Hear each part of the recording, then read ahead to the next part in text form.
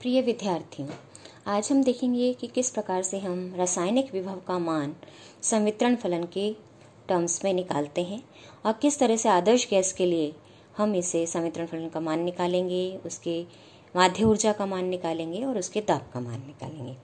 तो सबसे पहले हम डिफाइन कर रहे हैं रासायनिक विभव को। हमने Gibbs free energy function G को, Helmholtz free energy function F को, एंट्रोपी S को और माध्य ऊर्जा को हम डिफाइन कर चुके हैं पहले। तो यहाँ पर रासायनिक विभव की जो डेफिनेशन है वो दी जाती है कि गिब्स फ्री एनर्जी में परिवर्तन अणुओं की संख्या के साथ, जबकि टेम्परेचर और प्रेशर कांस्टेंट है और n भी कांस्टेंट है। अब यहाँ ये चूंकि nr के साथ ही हम ले रहे हैं और इधर n भी कांस्टेंट कह रहे हैं, इसका क्या तात्पर्य है कि हमने एक ऐसा निकाय लिया है जिसमें विभिन्न प्रकार के अणु स्थित हैं। तो एक ही प्रकार के अणुओं के लिए यहाँ पर हम रासायनिक विभव का मान का परिवर्तन देख रहे हैं, तो बाकी सब अणुओं की संख्या उस समय क्या है, स्थिर है।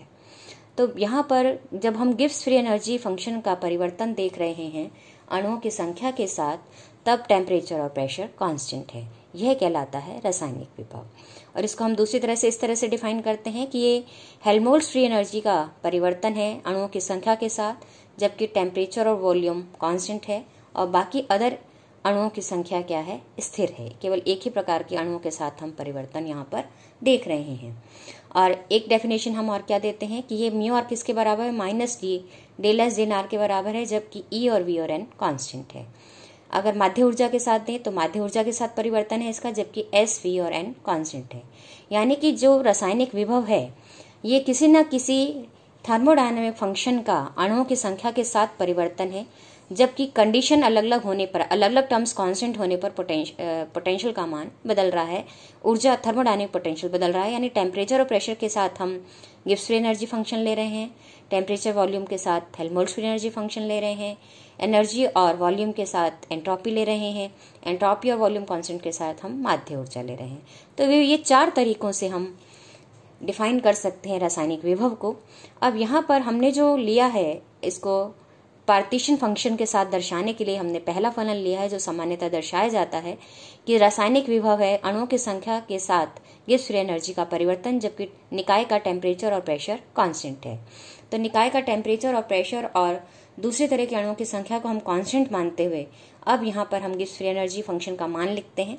तो गिब्स फ्री एनर्जी का फंक्शन का मान मैं संवितरण फलन की टर्म्स में निकाल चुकी थी और ये मुझे मिलता है Na kBT 1 - ln(z). अब इस मान को मैंने यहाँ पर रख दिया है और रखने पर इसका हम डिफरेंशियल करेंगे किसके साथ, nr के साथ। जब हम इसका nr के साथ डिफरेंशियल करते हैं तो मुझे मिल जाता है कि गिब्स फ्री रासायनिक जो विभव होगा उसका मान हो जाएगा -Na kBT del del nr of ln(z), जबकि टेम्परेचर और प्रेशर कांस्टेंट है।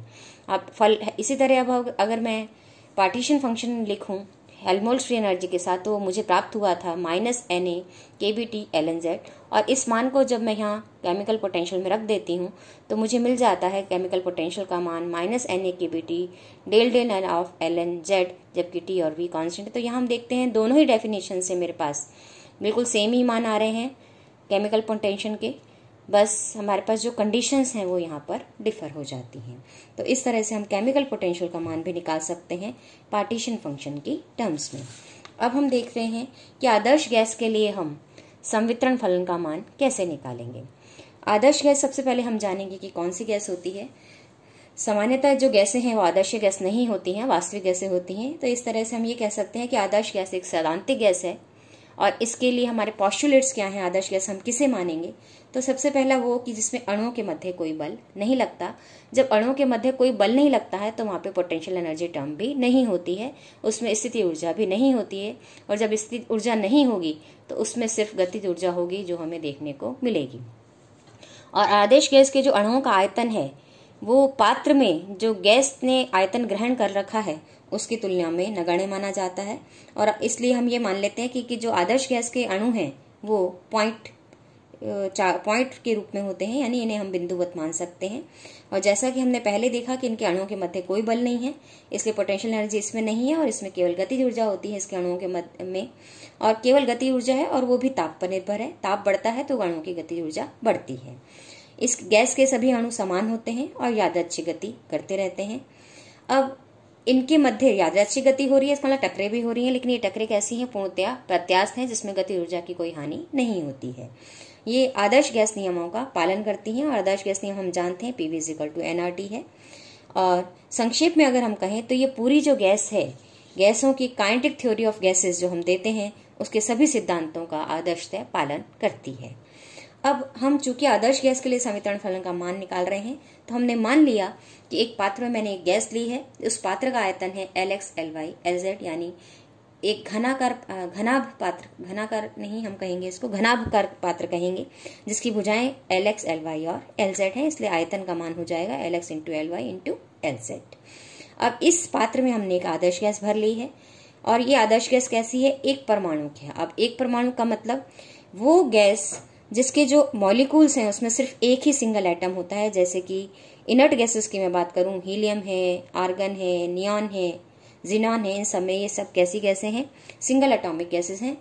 और इस जो हमने पात्र लिया है उसमें हमने सिंगल एटॉमिक आदर्श गैस भरी हुई है, और अणुओं की संख्या इसमें मान लिया हमने n है।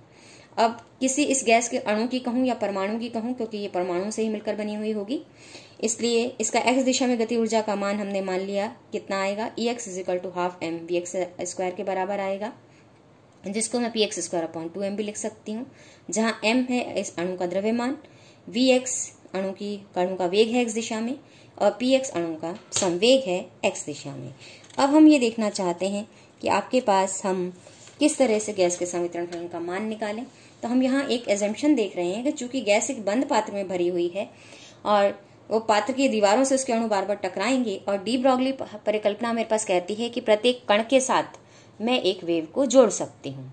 जब मैं प्रत्येक कण के साथ एक वेव को जोड़ सकती हूँ, तो यहाँ पर अगर मैं अणुओं के साथ वेव को जोड़ती हूँ तो मैं ये देखती हूँ कि जो गैस के अणु हैं ये दीवारों से निरंतर टकरे करेंगे, और दीवारों से भी निरंतर टकरे करेंगे तो एक कण अगर मान लो इस दिशा से चला x दिशा में, तो ये दूसरी दीवार से टकराएगा और पुनः लौटेगा, क्योंकि ये प्रत्यास्थ चक्र हैं इसलिए पुनः लौटेगा, तो यहाँ पर एक अप्रगामी तरंग का निर्माण होगा। अब इसके कौन कौन से मोड्स संभव हैं? तो ये ऐसा हो सकता है कि ये एक हाफ लूप बने, ये एक पूरी वेव बने, ये एक और आधी वेव बने। तो मैं यहाँ कह सकती हूँ कि जो ये पूरी लंबाई है वो Lx/2 के बराबर है, यानी 2Lx का मान λx के बराबर है, क्योंकि ये हाफ वेव लेंथ है, तो इसलिए यहाँ पर ये एक पूरी वेव बन रही है, इसलिए Lx का मान λx के बराबर हो जाएगा, यानी ये तरंग दैर्ध्य है यहाँ पर λx दिशा में, तो 2Lx का मान 2 λx के बराबर लिख सकते हो। यहाँ की चूंकि आपके पास डेढ़ वेव बन रही है, एक पूरी वेव और एक आधी वेव, तो मैं Lx का मान लिख सकती हूँ 3 λLx/2 के बराबर, जहाँ लैम्डा वही तरंग दैर्ध्य है, तो 2Lx का मान 3 λx हो जाएगा। तो ओवरऑल इन सब जो मोड्स संभव हैं अणु के लिए, वाइब्रेशन मोड्स जो मैं इससे जोड़ सकती हूँ तरंग से जोड़ते हुए, तो ये इसके आधार पर अगर मैं देखूँ तो मुझे मिल जाएगा कि 2Lx का मान nx लैम्डा के बराबर है, nx λx के बराबर है, जहाँ पर ये जो nx है एक पूर्णांक हो गया, यानी 1, यहाँ पर देखूँ तो मैं 1, यहाँ पर 2, यहाँ पर 3, इसी तरह अगर हम चलते जाएं तो 4, 5, 6, यानी एक इंटीजर हो गया ये। तो अब यहाँ पर चूंकि मैं डी ब्रॉगली हाइपोथेसिस लगा रही हूँ, एक वेव जोड़ रही हूँ अणु से, तो डी ब्रॉगली की परिकल्पना के अनुसार जो मोमेंटम है कण का वो तरंग रूप की तरंग दैर्ध्य से जोड़ा जा सकता है। तो px का मान हम लिखते हैं h/λx, तो λx का मान मेरे पास आ जाएगा h/px। तो यहाँ पर मैंने λx का मान रख दिया। तो जब मैं λx का मान यहाँ रख देती हूँ तो मुझे मिल जाता है 2Lx = nx h/px, या फिर मैं यहाँ px गुणा कर दूं तो जो कंडीशन हमने लगाई है कि अप्रगामी तरंगों के निर्माण से मुझे क्या मिल जाता है कंडीशन कि px × 2Lx = nx/h, जहाँ h क्या है? प्लांक नियतांक है। तो px का मान अब मेरे पास आ गया कि nx h/2Lx। तो जब मुझे मोमेंटम पता है x दिशा में अणु का, तो मैं ऊर्जा भी निकाल सकती हूँ। तो ऊर्जा में ½ mv² था, या फिर हम ये कह सकते हैं px²/2m, तो इसका स्क्वायर करेंगे /2m करेंगे तो मुझे मान मिल जाएगा nx² h²/8m Lx²। अब यहाँ पर हम h क्रॉस का मान रख देते हैं, h क्रॉस होता है h/2π, या फिर h का मान हो जाएगा 2π h क्रॉस। तो यहाँ पर h को मैंने रिप्लेस कर दिया 2π h क्रॉस से, और जो टर्म करती थी उसको काटा है, तो यहाँ पर मुझे मिल जाता है Ex का मान π² h×2m × nx² Lx²। इसी तरह से मैं ऊर्जा सेम तरीके से ही y दिशा में निकाल सकती हूँ। तो y दिशा में निकालूंगी तो यहाँ ny² हो जाएगा और Lx की जगह Ly हो जाएगा। इसी तरह जब मैं डैश दिशा में ऊर्जा निकालूंगी कण की, तो ये एन जेड स्क्वायर हो जाएगा, नीचे एल जेड स्क्वायर हो जाएगा। और अब मैं इन तीनों को जोड़ देती हूँ, एक्स दिशा में ऊर्जा, वाई दिशा में ऊर्जा और जेड दिशा में ऊर्जा। तो कण की कुल ऊर्जा, आरत अवस्था की ऊर्जा मुझे मिल जाएगी। तो इन तीनों को जोड़ने पर मुझे मिल जाता है pi square h cross square upon 2m और ब्रैकेट में N X square upon L X square plus N Y square upon L Y square plus N Z square upon L Z का स्क्वायर। और संवितरण फलन को हमने define किया था कि किसी भी ऊर्जा अवस्था में कण की जो समझाने की संभावना है वो बोल्ट्जमैन फैक्टर के द्वारा दी जाती है, और सभी बोल्ट्जमैन फैक्टर्स का जो योग होता है वो पार्टीशन फंक्शन होता है। तो आदर्श गैस के लिए यहाँ मैं ऊर्जा के लिए प्रतिस्थापित करती हूँ, और प्रतिस्थापित करके चूंकि ये 3 भागों में है तो मुझे 3 पार्टीशन फंक्शन मिल जाएंगे, एक एक्स दिशा में, दूसरा वाई दिशा में और तीसरा जेड दिशा में। तो एक्स दिशा में जब मैं पार्टीशन फंक्शन देखती हूँ तो मुझे क्या मिलेगा, एन एक्स का मान चूंकि 1 से शुरू हो रहा है, 1 से लेकर इनफाइनाइट तक, exponential minus beta square, minus beta, यहाँ पे बीटा था, ER से मैंने गुणा किया है, तो exponential minus beta pi square S square upon 2m into N X square upon L X square. Y दिशा में मुझे मिल जाता है एन वाई 1 से लेकर इनफाइनाइट तक, exponential minus beta pi square S square upon 2m into N Y square upon L Y square. इसी तरह जेड दिशा में भी मुझे ये मिल जाता है, सिवाय इसके कि मैं एन वाई की जगह एन जेड रख दूंगी और एल वाई की जगह एल जेड रख दूंगी। तो इन तीनों का गुणनफल मुझे पार्टीशन फंक्शन मुझे दे देता है। अब मुझे ये देखना है कि चूंकि गैस सामान्य तापों पर हमने रखी हुई है, हमने ये मान लिया, तो N X N Y N Z square के गुणांक बहुत छोटे होंगे क्योंकि बीटा टर्म यहाँ पे जुड़ी हुई है, और श्रेणी के पदों में अंतर चूंकि भी गुणांक बहुत छोटे होंगे, और छोटे होंगे तो श्रेणी के पदों में बहुत कम अंतर हो जाएगा, क्योंकि हम समेशन का मान 1 से इनफाइनाइट तक रख रहे हैं। तो 1 2 3 ऐसे जोड़ते चले जाएंगे तो एक श्रेणी बन जाएगी, और श्रेणी के पदों में बहुत कम अंतर होगा। चूंकि एनएक्स का मान सामान्यता पर 10⁻⁹ होता है, और अगर इसमें केवल मैं एकांक से वृद्धि करूं एनएक्स में तो ऊर्जा में वृद्धि भी बहुत कम होगी। इसलिए जो मैंने यहाँ समेशन लगाए थे उनको मैं समाकलन से रिप्लेस कर सकती हूँ, और जो नीचे की लिमिट मैंने रखी थी यहाँ पर कि एन एक्स एन वाई ये सब 1 से शुरू होके जा रहे थे इनफाइनाइट तक, तो यहाँ 1 की बजाय मैं इसको 0 से भी रिप्लेस कर सकती हूँ। तो मेरे पास जेड एक्स का पार्टीशन फंक्शन मैं निकाल लेती हूँ, इसी तरह वाई का निकाल लूंगी, और इसी तरह जेड का भी मुझे मिल जाएगा। तो मैं किसी एक के लिए काम कर लूँ तो मुझे बाकी सब पार्टीशन फंक्शन के मान मिल जाएंगे, उसके घटक मिल जाएंगे।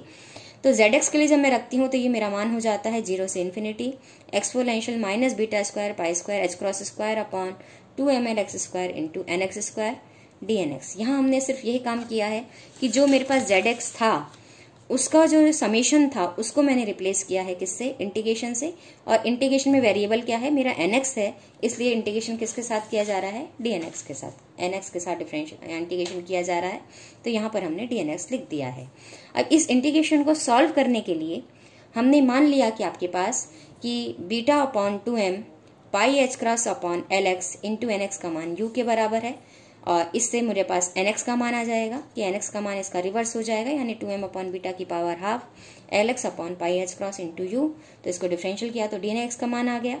तो अब यहाँ पर इसमें मैंने इस इंटीग्रेशन में ये सारे मान सब्स्टिट्यूशन मैंने कर दिए, तो ये बन जाता है, कांस्टेंट टर्म को हम बाहर ले लेते हैं, तो ये बन जाता है 2m अपॉन बीटा की power half L X upon pi H cross 0 से इन्फिनिटी एक्सपोनेंशियल माइनस ए स्क्वायर डी, और इस इंटीग्रेशन का मान मुझे मिलता है √π/2।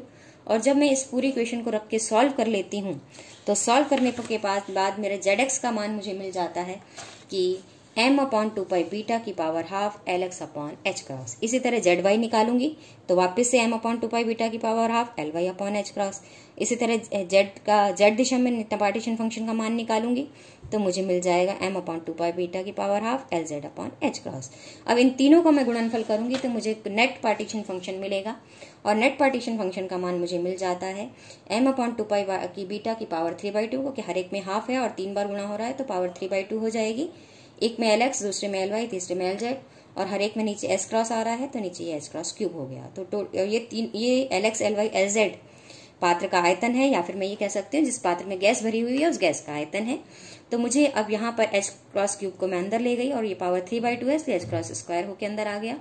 तो आदर्श गैस का संवितरण फलन का मान मुझे मिल गया m upon 2π beta H cross square की पावर 3/2 इंटू वी। अब चूंकि मुझे पता है कि मुझे पार्टीशन फंक्शन मालूम है, तो आदर्श गैस के लिए मैं माध्य ऊर्जा भी निकाल सकती हूँ और दाब भी निकाल सकती हूँ। और माध्य ऊर्जा का मेरा फॉर्मूला था kBt² del T of L N Z. तो यहाँ बीटा का मान मैंने 1 अपॉन kBt रख दिया है। तो यहाँ पर kBt रखने के टर्म्स पर रखने पर जेड का मान मेरा बन गया m KBT अपॉन 2πh×2। यहाँ बीटा की जगह मैंने रिप्लेस कर दिया 1/KBT से, तो KBT ऊपर चला गया है, पावर 3/2 इंटू वी। अब हमने ln z निकाला है और ln z में ये 3/2 ln दिस टर्म हो गई प्लस ln v हो गया। कॉन्स्टेंट टर्म को मैंने अलग कर लिया है क्योंकि v भी पाथ का आयतन भी नहीं बदल रहा है और टेम्परेचर वेरिएबल है, टेम्परेचर बदल रहा है, टेम्परेचर के साथ मुझे डिफरेंशियल करना है। तो ये सब कॉन्स्टेंट टर्म मैंने एक जगह ले ली और ये बन गया। बाकी टेम्परेचर की टर्म को अलग किया तो बन जाता है 3/2 ln t। ये है ln z का मान। अब हम इसको डिफरेंशियल करते हैं t के साथ, तो ये टर्म 0 दे देगी मुझे पहली वाली, और दूसरी टर्म में मुझे मिल जाता है ln t का 1/t, तो मान आ जाता है 3/2t। तो यहाँ से मुझे del t of ln z का मान मुझे मिल गया है आदर्श गैस के लिए। तो ई बार का जब मैं मान निकालती हूँ तो ये मान हो जाता है kBt² 3/2t यानी 3/2 kBt। ये तो हुआ एक अणु की माध्य ऊर्जा। और अगर 1 मोल की मुझे निकालनी है तो जैसे कि मैं पहले करती आ रही हूँ, उसका एवोगाड्रो नंबर से गुणा कर दूंगी, तो गैस के 1 मोल की माध्य ऊर्जा का मान मुझे मिल जाता है 3/2 NaKBT। तो यहाँ मुझे ये साफ दिख रहा है कि जो गैस की माध्य ऊर्जा है वो ताप पर निर्भर है, पात्र के डायमेंशंस पर निर्भर नहीं करती है, और ये ताप के समानुपाती है। तो जैसे जैसे ताप बढ़ेगा वैसे वैसे ऊर्जा भी बढ़ेगी। अब हम देखते हैं गैस का माध्य दाब, और दाब का मेरा फॉर्मूला था P = एक अणु के P = KBT del V of ln z, जहाँ की टेम्परेचर कांस्टेंट है। अब x दिशा में दाब मेरे को निकालना है, तो x दिशा में दाब मेरा पास हो जाएगा KBT L/LZ बाहर, क्योंकि वॉल्यूम में LX LY LZ तीनों है, और जब मैं इस वॉल्यूम का डिफरेंशियल करती हूँ तो x दिशा में केवल LX ही परिवर्तित होगा, LY LZ कांस्टेंट रहेगा। इसलिए x दिशा के लिए जो वॉल्यूम में परिवर्तन है वो हो जाएगा del y del z del LX। तो अब यहाँ पर यही सब्स्टिट्यूशन मैंने किया है, तो मुझे माध्य दाब मिल जाता है KBT LY LZ ln z का वेरिएशन किसके साथ, LX के साथ, जबकि टेम्परेचर कांस्टेंट है। तो अब यहाँ पर पुनः मैं z का मान आदर्श गैस के लिए रख देती हूँ, और इसको पुनः LX वॉल्यूम के टर्म्स में ना रख के, क्योंकि वॉल्यूम LX LY LZ है और मुझे डिफरेंशियल करना है LX के साथ, इसलिए वॉल्यूम को मैं रख रही हूँ LX LY LZ के टर्म्स में। तो अब यहाँ पर पुनः मैंने क्या किया है कि LX की जो वेरिएशन है इसको मैंने ln z किया, तो 3/2 ln ये वाली टर्म मेरे पास एज इट इज आ गई, ln LX plus ln LY plus ln LZ, ये बन गया। अब इस पूरे का मैं डिफरेंशियल कर रही हूँ LX के साथ, तो मुझे मिल जाता है, ये सब कांस्टेंट टर्म है इसलिए 0, इसका बनेगा 1/LX। LY का वेरिएशन नहीं है LX के साथ, LZ का भी वेरिएशन नहीं है LX के साथ, इसलिए ये दोनों 0 हो गई, और del x of ln z मुझे मिल गया है 1/LX के बराबर। अब ये मान मैंने यहाँ रख दिया, तो Px बार यानी x दिशा में जो प्रेशर मुझे मिल जाता है वो KBT LX LY LZ यानी KBT/V। इसी तरह y दिशा में निकालूंगी तो भी मुझे माध्य प्रेशर क्या मिलेगा, KBT/V। इसी तरह z दिशा में भी निकालूंगी तो KBTV। चूंकि प्रेशर अणुओं द्वारा अलग अलग दीवारों पर लगाया जा रहा है, इसलिए मैं माध्य दाब भी कहूंगी वो कितना हो जाएगा, KBT/V के बराबर हो जाएगा।